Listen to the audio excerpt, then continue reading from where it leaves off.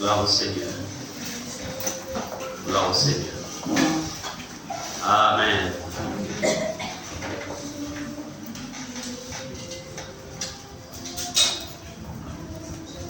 On rend grâce à Dieu pour ces moments. C'est vrai qu'on n'a pas encore commencé à lire l'école du dimanche, on n'a pas encore écrit, mais il serait bon que souvent les membres de la sécurité, quand c'est le temps de la louange, demandent aux enfants aussi de se lever pour qu'ils s'imprègnent de ce qui se fait. Ils ne doivent pas rester là comme des spectateurs. Quand on dit de s'asseoir, ils s'assoient aussi. C'est comme ça qu'ils apprennent. Amen. Il est écrit, enseigne le jeune homme la voie qu'il doit suivre, afin que lorsqu'il s'arrête, il s'en retourne pas. Donc on doit les enseigner. On doit les motiver. Et je demanderai aussi aux responsables des familles de me contacter un bon nombre de personnes que je ne vois plus. Ça fait 2, 3 dimanches. Il y a certains visages que je ne vois pas. Même chose aussi pour les responsables des femmes aussi. Il y a des femmes que je ne vois plus. Vous savez, le diable est très rusé. Très rusé. Il va mettre un esprit de lourdeur le premier jour, et la personne se dira, dimanche prochain, je le gérer. Il renforce encore la dose de la lourdeur. Et après, il dira, bon, le troisième dimanche, j'irai. Et après, quand l'habitude rentre, ça devient compliqué de se relever. Et c'est comme ça que les gens commencent en fait à tiédir, à être tiède. Et quand on est tiède, l'ennemi a déjà pris une bonne longueur d'avance pour ramener cette personne à nouveau dans les voies de Dieu. Amen. Donc vraiment les responsables de groupe, c'est vous qui êtes nos relais. Les responsables, des hommes-cell, vous devez vérifier chaque dimanche. Est-ce que le membre de mon homme-cell a été ce matin à l'église? Pourquoi n'a-t-il pas été? Peut-être qu'il passe par des temps difficiles. Il a été éprouvé, il a été oppressé, on ne sait jamais. Amen. Donc il est très important que vous veillez là-dessus. On appelle ça comment? Le thermomètre de la présence de Dieu en quelqu'un se définit en fait par son zèle à sanctifier le jour du Seigneur. Et le dimanche est le jour où l'église de Jésus vient sanctifier son Dieu. Donc on ne peut pas rester à la maison, sauf pour des cas extrêmement particuliers. Amen. Donc, encore une fois, il est important de trouver là-dessus. Si la personne a des soucis de taxi, ben, touche dans ta poche, et puis bon, envole le taxi. Amen. Si ce n'est pas possible, si ta poche est vide, ben, il y a appelé le pasteur. Amen. Amen. Appelez l'enseignant. Est-ce qu'on est ensemble? Je ne sais pas, donc qu'est-ce que je dois avec le. Les soirées revenues. Ah, la grippe, hein? Ah, d'accord, ok, d'accord. Je pense que c'était revenu. Ok. Bien. Je pense que vous avez passé un très bon dimanche, plutôt une très bonne semaine. Amen. Et Dieu est infiniment bon. Alléluia. Ce matin, nous allons continuer. On va continuer. Il y a le Saint-Esprit qui me parle. Je m'obéis. Je vais demander à. Bien, sœur Alice, viens ici, on va prier pour toi. L'Esprit de Dieu me demande de prier pour elle. Voilà. Nous allons nous lever, on va prier pour cette sœur que Jésus aime tellement. Jésus l'aime, mais le diable ne cesse de la combattre parce qu'elle est une femme destinée. Yes. Parce qu'elle est une femme bénie de Dieu. Le diable combat tout ce qui est étoile. Et nous allons prier le Seigneur afin que les plans des ténèbres, l'organisation diabolique, sorcière qui s'est levée contre elle, cela soit nul et sans effet au nom de Jésus. Amen. Alléluia.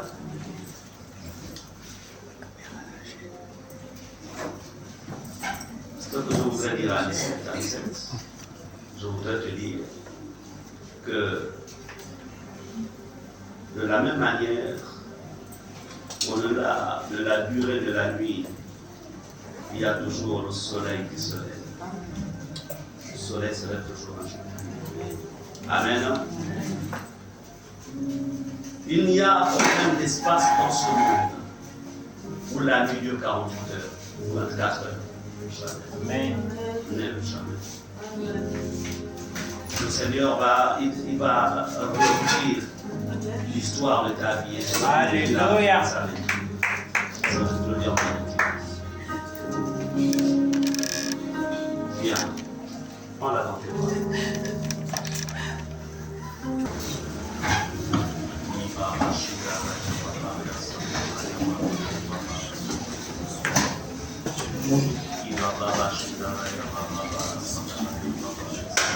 Nous restons dans la présence de Dieu. Nous sommes en main, restons toujours dans l'esprit.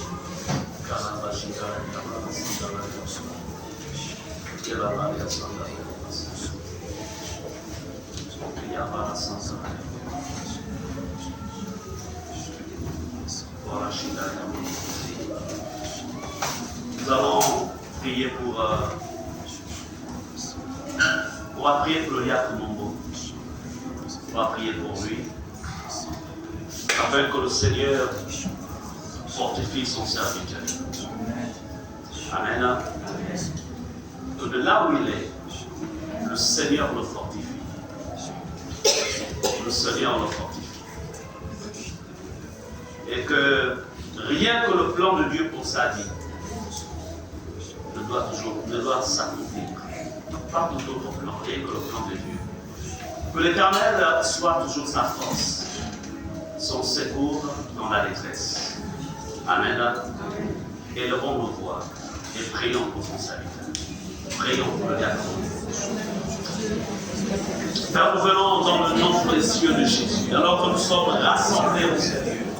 Seigneur, tu viens mettre dans nos cœurs la pensée de ton serviteur, le diacre Bernard Mombo. Seigneur, nous te prions de le soutenir de la vérité. Le nom de Jésus, qu'il soit toujours pour lui une tour forte et un secours dans la détresse. Quels que soient les plans du monde des ténèbres contre sa vie, Seigneur, nous détruisons ces plans au nom puissant de Jésus. Que ta volonté soit faite dans la vie de ton serviteur comme elle est faite dans les cieux. Nous l'environnons d'une belle protection, nous le fortifions en toi, nous déclarons qu'il est restauré en toi, il est fortifié en toi, il est vivifié en toi, au nom puissant de Jésus. Merci Seigneur pour ta main étendue sur ton serviteur. Au nom de Jésus, je prie. Amen. Amen. Que Dieu soit béni. Amen. Amen. Nous avons commencé il y a une semaine, c'est-à-dire la semaine dernière, nous avons commencé à travailler sur le fait de convaincre le péché. Parce que le péché est l'obstacle majeur. L'obstacle contre la vie, contre le programme de Dieu dans la vie de ses enfants, le péché.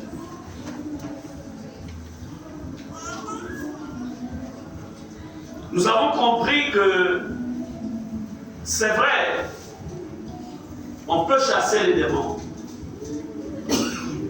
on peut mener des combats spirituels, mais il y a toujours une base, une plateforme sur laquelle on doit se tenir pour vaincre l'ennemi. Bien-aimés,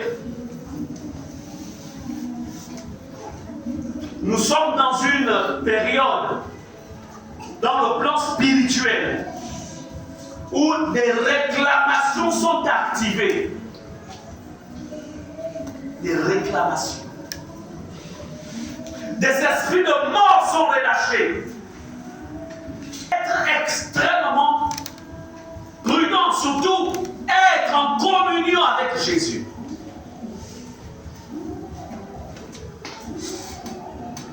C'est pourquoi un enfant de Dieu ne doit pas être aveugle. On m'a raconté une histoire. Par contre, mon épouse, elle n'est pas là ce matin, Elle est aussi oppressée dans sa chair, mais sinon ça va. Jésus est au contrôle. Amen. Alors, une histoire qui s'est passée qui démontre en fait un peu la méchanceté du diable, mais surtout l'importance pour chacun, chaque personne, chacun d'entre vous, puissiez être ces sentinelles pour vos familles. Déjà d'abord pour vous-même, ensuite pour vos familles. C'est l'histoire de quelqu'un qui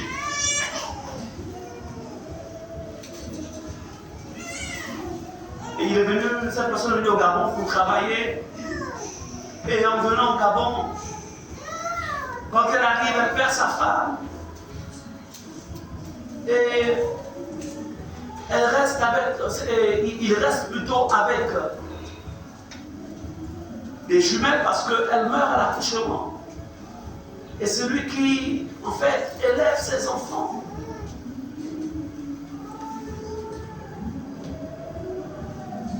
En début de semaine, il va au travail.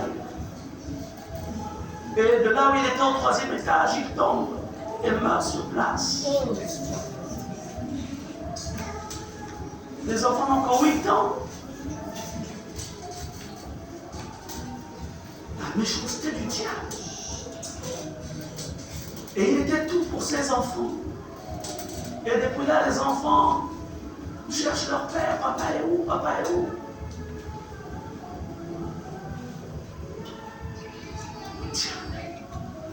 Nous sommes dans des temps compliqués. Des temps où le diable réclame. Il réclame des vies. On peut tout dire, ça, ce n'est pas Dieu.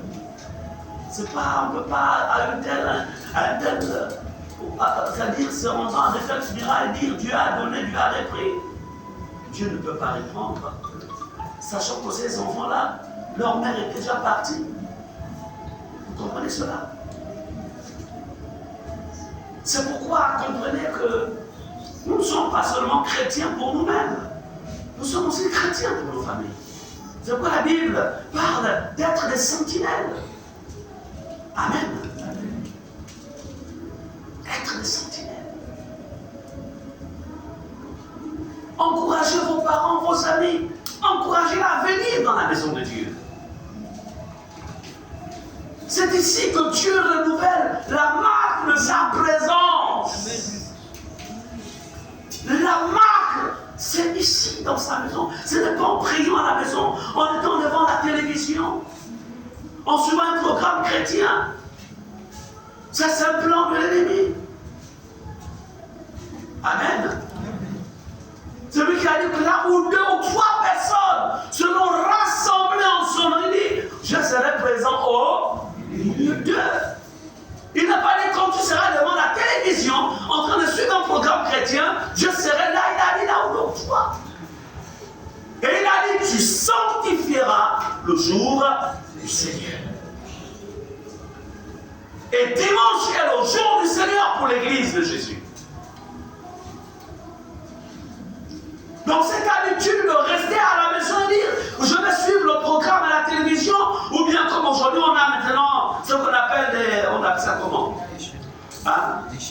Des chaînes YouTube et Facebook. On dit bon, pasteur, je suivrai le culte sur la chaîne. Il s'est dit qu'il faut avoir vraiment un problème, un empêchement réel. Est-ce que vous comprenez cela? On se déplace, on va dans la maison de Dieu, on va dans l'assemblée de Dieu. Maintenant, il y a des situations qui peuvent commencer quand tu te déplaces. À un certain temps, tu as recours maintenant à cette nouvelle technologie que nous avons.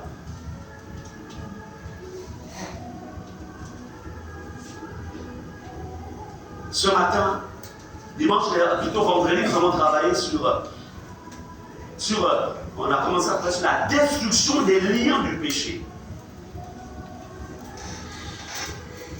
On a vu que le péché était un organe vivant et que le péché crée un lien. d'où beaucoup de chrétiens ont du mal à se défaire de certains comportements, de certaines attitudes, d'une certaine manière de faire. Ils ont la volonté, mais parfois la force. Et s'établit une forme de routine. C'est pourquoi, vendredi, nous avons commencé à travailler. Et nous avons travaillé sur... on a vu en fait combien de fois, en fait, les péchés pouvaient traverser des générations. L'arrière-grand-père était addict à tel péché. Le grand-père, le père, ensuite l'enfant. Que ce soit du côté maternel ou paternel. Et vendredi, on a commencé à délier cela. Et aujourd'hui, nous allons continuer. Et le sujet que Dieu m'a mis à cœur de développer, parlons donc de la destruction de l'île du péché, c'est de vous parler du pouvoir de la loi de l'esprit de vie. Répétons, le pouvoir de la loi de l'esprit de vie. Le pouvoir de la loi de l'esprit de vie. Le pouvoir de la loi de l'esprit de vie. Le pouvoir de la loi de l'esprit de vie. Merci de murmurer. Mais parlons avec force et conviction. Le pouvoir de la loi de l'esprit de vie. Le pouvoir de la loi de l'esprit de vie. Amen. Ah oui, c'est à l'école de Dieu. Hein? Nous allons voir ici, je vais vous partager en fait le pouvoir qu'il y a dans la loi de l'esprit de vie. Parce que Jésus est venu, je dirais, mettre à la disposition de son Église la loi de l'esprit de vie. Amen. Et lorsque l'Église comprend comment fonctionne la loi de l'esprit de vie, quand l'Église comprend cela, ni la sorcellerie, certes elle va t'attaquer, mais elle ne pourra pas triompher. Amen. Ni le diable lui-même, certes il pourra t'attaquer, mais il ne pourra pas triompher. Je voudrais vous dire que, parce que beaucoup de chrétiens ignorent la loi de l'esprit de vie, ce qui fait que plusieurs ont du mal à avancer, à évoluer, ou à voir Dieu agir de manière glorieuse dans leur vie. La loi de l'esprit. On va aller dans Romains 8, verset 1 à 2. Romains chapitre 8, verset 1 au verset 2. La Bible dit ici, il n'y a donc maintenant aucune condamnation pour ceux qui sont en Jésus-Christ. Verset 2. En effet, la loi de l'esprit de vie en Jésus m'a affranchi de la loi du péché et la mort. Yes. Wow. Alors, vendredi, quand je définissais le mot lien, puisque nous sommes en train de voir comment faire, quelle est l'arme? Qu'est-ce qui nous a été donné pour ne plus mentir? Il y a des chrétiens qui mentent encore. Il y a des chrétiens qui volent. Il y a des chrétiens qui retiennent ce qui n'est pas à eux. Son patron l'envoie faire une course. Et puis il y a peut-être, on a donné 1 million, mais on va faire une course pour l'entreprise. Il va rester 20 000 francs. Il ne va pas amener les 20 000 francs à la... Il dit, bon, ça c'est mon bonus. Il met dans la poche. Mais c'est un vol.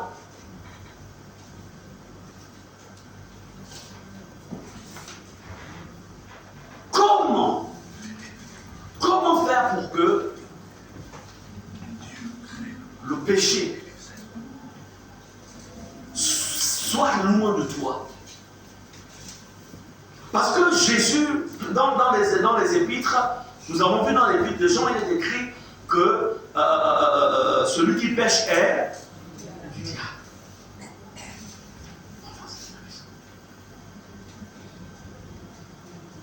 Nous avons vu, quand je définissais le mot lien, en hébreu, ça se dit abot. Et abot signifie une corde, une chaîne ou un cordon. Donc, ceux qui voudraient dire que, on va prendre l'exemple avec l'ancien R100,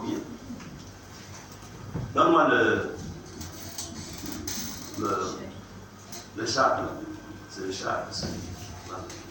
Donc, toi-même tu as même une écharpe. Tu savais même. Non, ça va. Tourne-toi comme ça.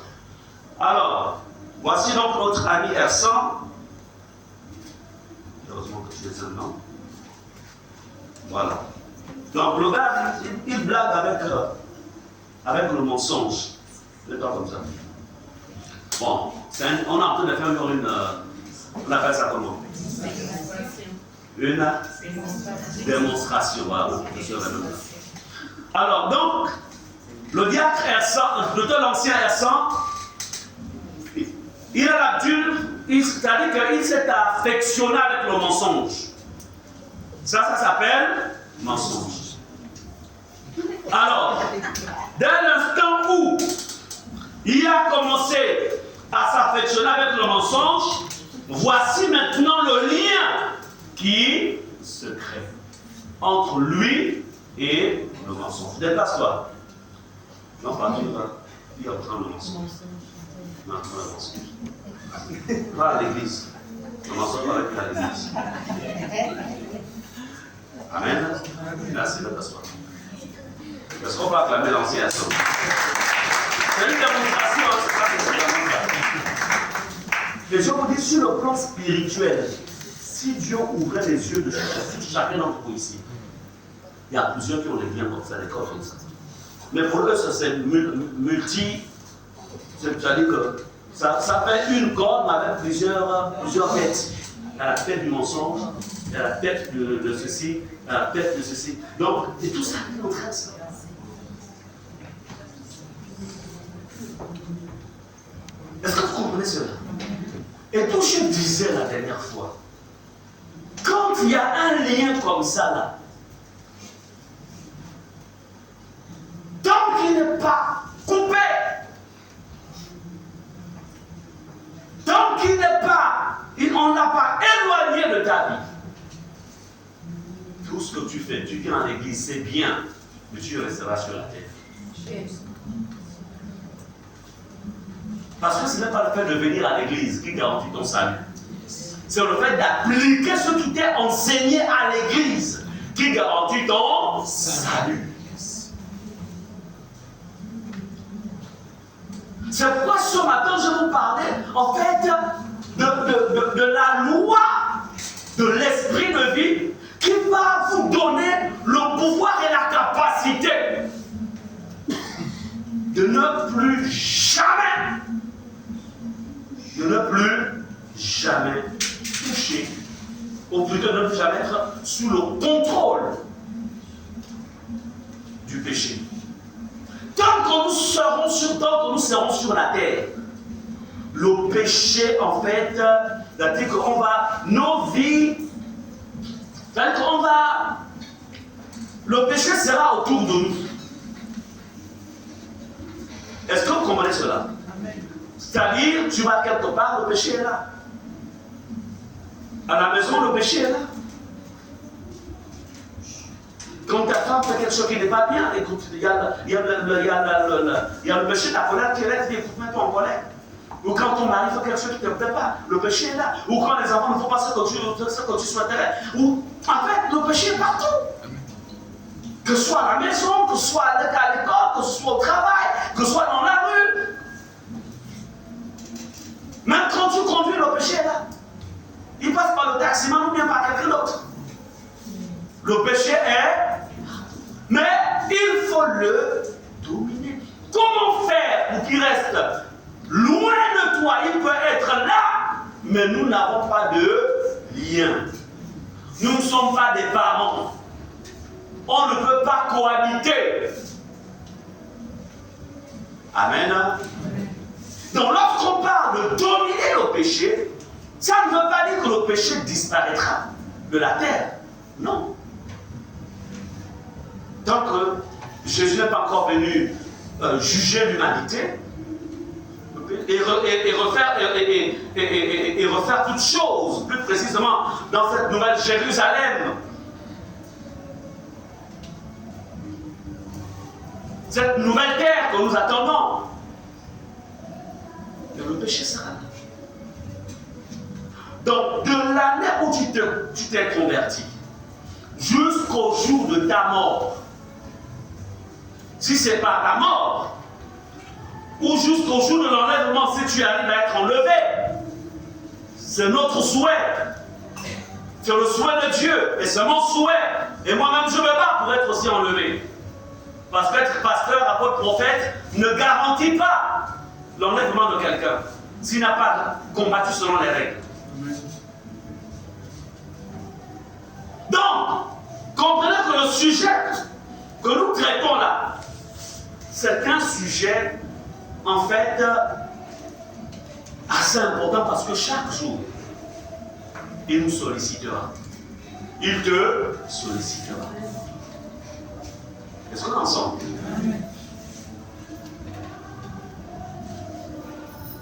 Hier soir, je me suis arrêté dans on appelle ça comment? Dans une boulangerie. Et puis ensuite, je devais acheter du pain. Alors, quand je rentre pour acheter du pain, il y a des jeunes serveuses là. Peut-être. Et puis, je vois la manière, je vois un peu, elle s'en fait amener la bouche, elle évangéliser. Et puis, mais là, ce qui est étonnant, c'est que ce sont toujours des jeunes femmes, hein? Elles sont jeunes. Je dis, mais elles ne voient pas que dans mon visage que je suis un papa.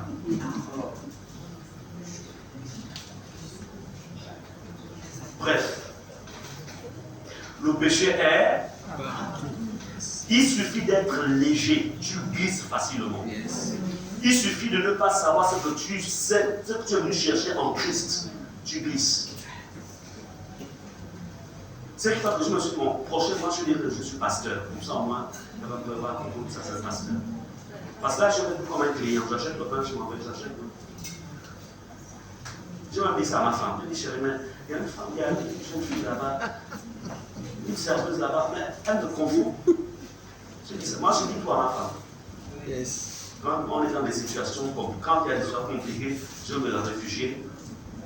Au moins, je suis protégé. Parce que quand tu caches, sache que c'est le début de la trahison. Yes. Quand tout va aller mal, Satan va seulement te dire le dossier là. Puis souviens-toi de. Il faut tout dire. Amen. Que tu sois homme ou femme, il faut toujours parler.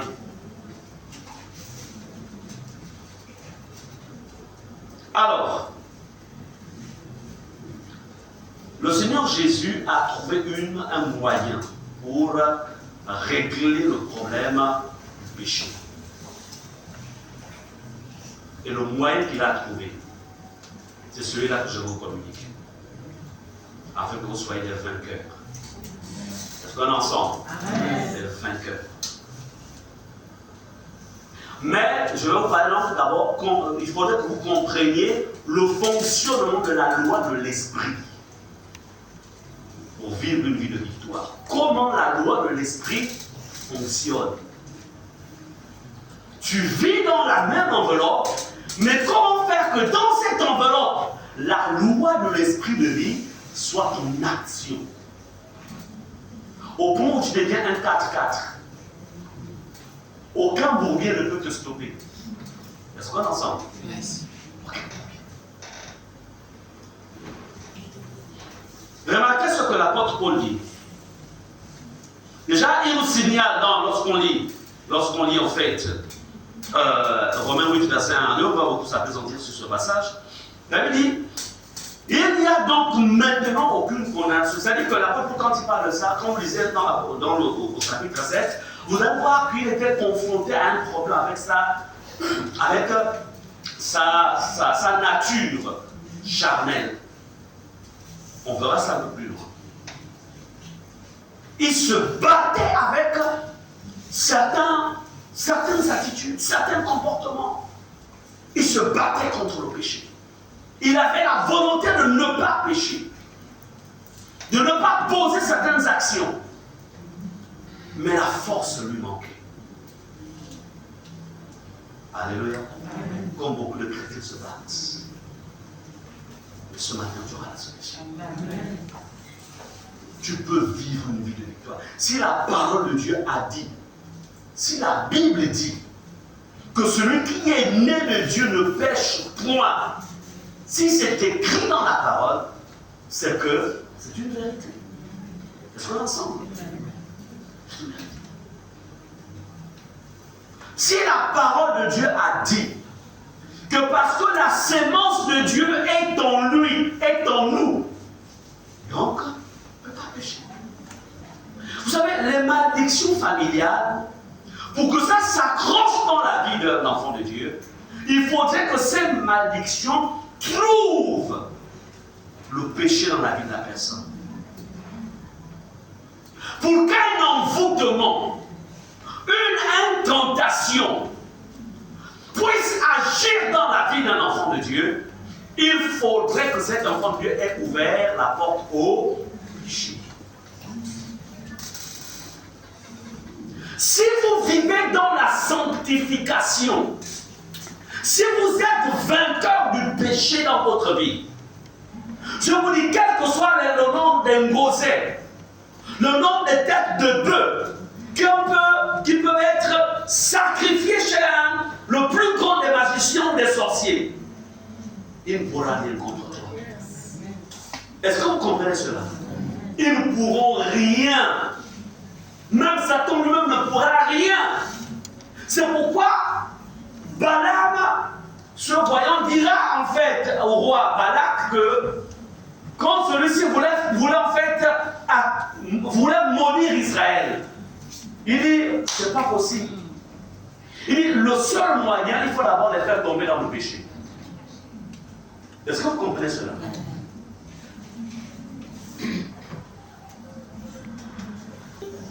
En tant qu'enfant de Dieu, tu constates qu'il y a des malédictions qui atteignent ta vie. Ta vie ne tourne pas comme façon à l'expression. En fait, ça ne marche pas comme il faut. À un moment, assieds-toi dans la présence de Dieu et commence à interroger le Seigneur. Seigneur, où est-ce que j'ai ouvert la porte? Amen. En quoi? Où est-ce que j'ai péché? Ça, il faut comprendre.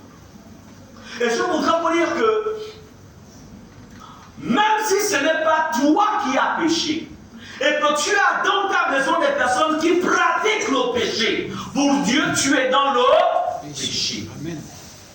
Ça, ne l'oubliez jamais. C'est pourquoi, écoutez, lorsque Achan avait touché l'interdit, il avait péché en prenant tout ce que Dieu avait déclaré ne pas prendre à Jéricho. À cause du péché d'un seul, tout Israël a subi l'échec dans la bataille. Plusieurs personnes moururent. Pourquoi? Parce que lorsque vous êtes dans une famille, lorsque vous hébergez des personnes chez vous à la maison, ces personnes qui sont chez vous à la maison, si elles font ce qu'elles veulent, le péché de ces personnes va se répandre dans toute la maison et ta sanctification ne pourra pas effacer leur péché.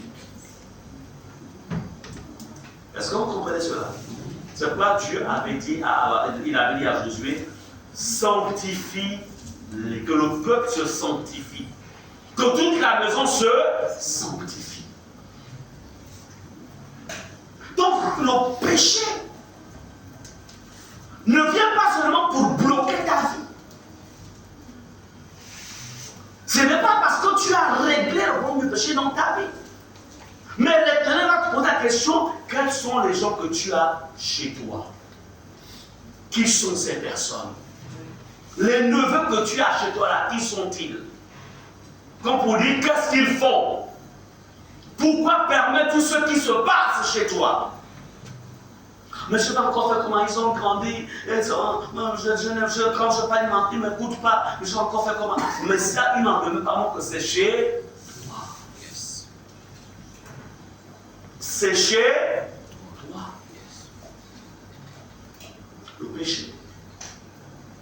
Et s'il y a des gens, j'ai écouté un témoignage comme ça, c'était un couple chrétien que le diable cherchait comme il était pas permis, mais il n'arrivait pas à les avoir. Et c'est alors qu'il va prendre une ménagère.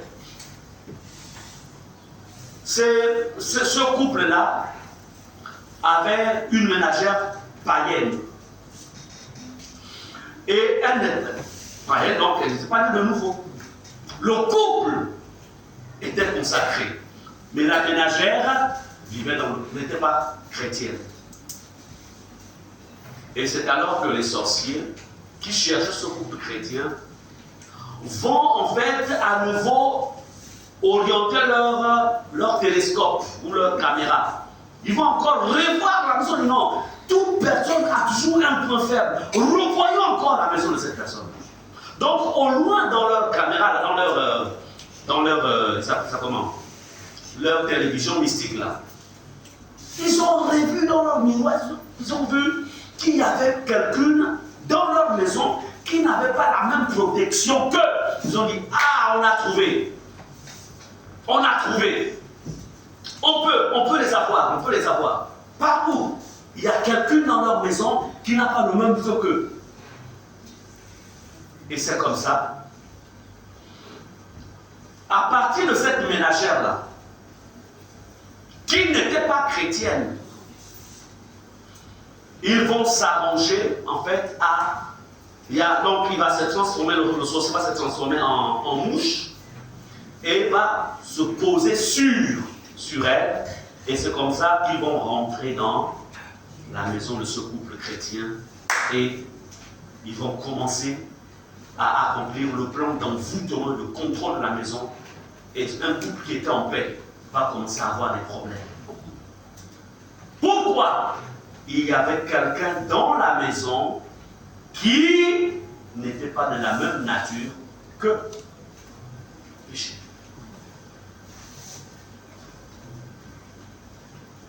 Amen. Amen. L'apôtre Paul dit ceci. En effet, pourquoi il dit en effet? Non, au verset 2. Il dit en effet la loi de l'esprit de vie. En fait,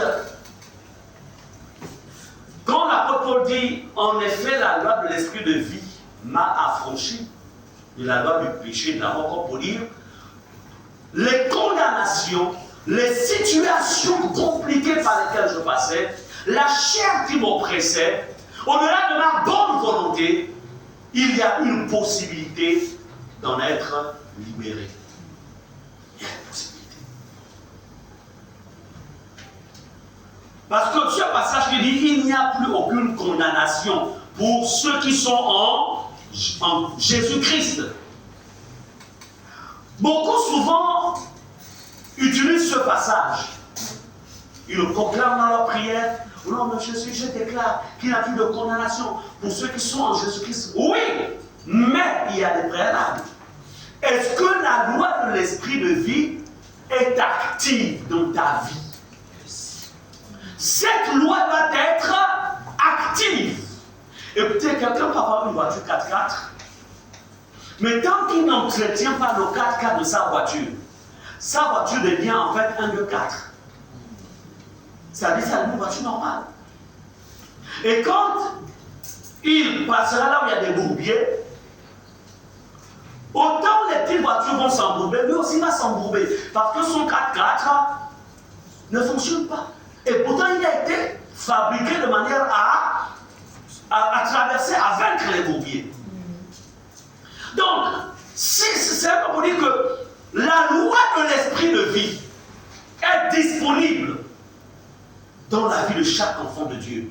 Mais, celui qui ne l'a pas activé, ou qui n'a pas permis à Jésus de l'activer, cette loi ne va pas agir, ne va pas travailler. Et dès cet instant, tu deviendras comme un simple homme, une simple femme. Tu seras accessible. Tu vas dépendre des autres. Comme cette voiture qui a, pourtant, elle a un 4x4, mais voici un homme cruiseur qui entretient son 4x4. Voilà comment lui, il va le sortir du bourbier. Amen. Il dépend de qui? Là, il va dépendre de l'autre véhicule, mais dont le 4x4 fonctionne. Et vous avez les chrétiens toute leur vie. Ça dit que leur foi ne dépend que des autres frères en Christ, des autres sœurs en Christ. Lui-même, il ne peut pas vivre 6 mois, en fait, sans pourtant dépendre, en fait, d'un frère ou d'une sœur en Christ. Pourquoi? Parce que tout simplement, il n'a pas su activer la loi de l'esprit de vie, ou il n'a pas laissé Jésus activer cela. Je voudrais vous dire que la loi libératrice de l'esprit de vie, en fait, c'est cette loi qui nous libère de la domination du péché. Comme je disais, Jésus est venu vaincre le péché en clouant le péché à la croix. Quand Jésus vient vaincre nos péchés, il faut se lier à lui pour être aussi vainqueur du péché. Ça ne veut pas dire que le péché n'est plus actif. Le péché est actif dans le monde, mais il n'est plus actif en Jésus. Lorsqu'on est en lui, le péché n'est plus actif. Mais lorsqu'on se détache de lui, le péché reprend ses fonctions dans la vie de la personne. C'est pourquoi vous avez remarqué, beaucoup de chrétiens. Au début, c'était le feu, c'était vraiment la consécration, la sainteté. La personne vraiment prêchait contre le péché. Mais aujourd'hui, il a changé, lui, c'est maintenant l'amour. Aimez-vous les uns les autres comme Dieu nous a tous aimés. Il commence à dire qu'il ne faut pas juger. Il faut d'abord, tu sens que le langage a changé. Il n'est plus ferme dans ses voies. Pourquoi? Parce que tout simplement, le péché n'arrêtera plus.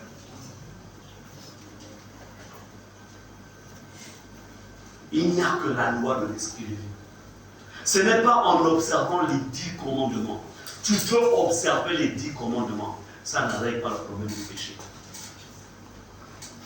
Déjà, tu n'en as pas la capacité. Aucun homme, aucune femme ne peut vaincre le péché, si ce n'est que par la loi de l'esprit de vie. Aucun prophète, aucun apôtre, aucun docteur ne peut. Voilà pourquoi certains parmi eux, le moyen qu'ils ont trouvé pour essayer de contourner, il dit, péchons, demandons pardon à Dieu, répéchons encore, demandons pardon, répéchons. En fait, en vérité, ils sont devenus des pécheurs. Mais ils pensent qu'en faisant ici, ils seront sauvés. Non. La loi de l'esprit. À quel niveau te trouves-tu quand tu vois ta vie? Est-ce que la loi de l'esprit de vie est active? Est-ce qu'elle travaille pour toi? Est-ce qu'elle fonctionne? La loi de l'esprit de vie. C'est le seul moyen. Paul a compris cela. C'est pourquoi il nous transmet ce message. Il dit, la loi de l'esprit de vie m'a affranchi de la loi du péché et de la mort. Amen. Amen.